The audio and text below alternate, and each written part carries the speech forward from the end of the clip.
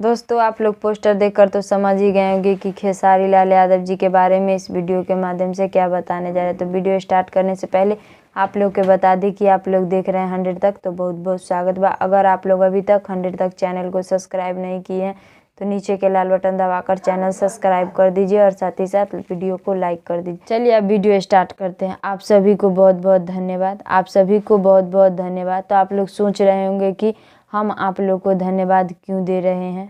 आप लोग सोच रहे होंगे कि हम आप लोग को धन्यवाद क्यों दे रहे हैं, कारण जानते हैं। तो खेसारी लाल यादव जी के बहुत ही बवाल वीडियो दो गुट भोजपुरी के आप लोग के प्यार दुलार से नॉर्मल ट्रेंडिंग पेज में 9वां स्थान पर चल रहा बा। आप लोग के प्यार दुलार से खेसारी लाल यादव जी के दो गुट भोजपुरी का वीडियो नॉर्मल ट्रेंडिंग पेज में 9वां स्थान पर चल रहा बा। लोग के प्यार दुलार से खेसारी लाल यादव जी के बहुत ही बवाल वीडियो दो गुट भोजपुरी का वीडियो 6 मिलियन व्यू प्राप्त कर ले बा। खेसारी लाल यादव जी के बहुत ही बवाल वीडियो दो गुट भोजपुरी को आप लोग और ज़्यादा प्यार दुलार दीजिए और रात भर में नंबर 1 ट्रेंडिंग पेज में ला दीजिए। जिन दर्शक लोग खेसारी लाल यादव जी के बहुत ही बवाल वीडियो दो गुट भोजपुरी का वीडियो देख लिए, उन दर्शक लोग भी नीचे कमेंट बॉक्स में बताइए कि आप लोग के खेसारी लाल यादव जी का बहुत ही बवाल वीडियो दो गुट भोजपुरी का वीडियो देखने में कैसा लगा।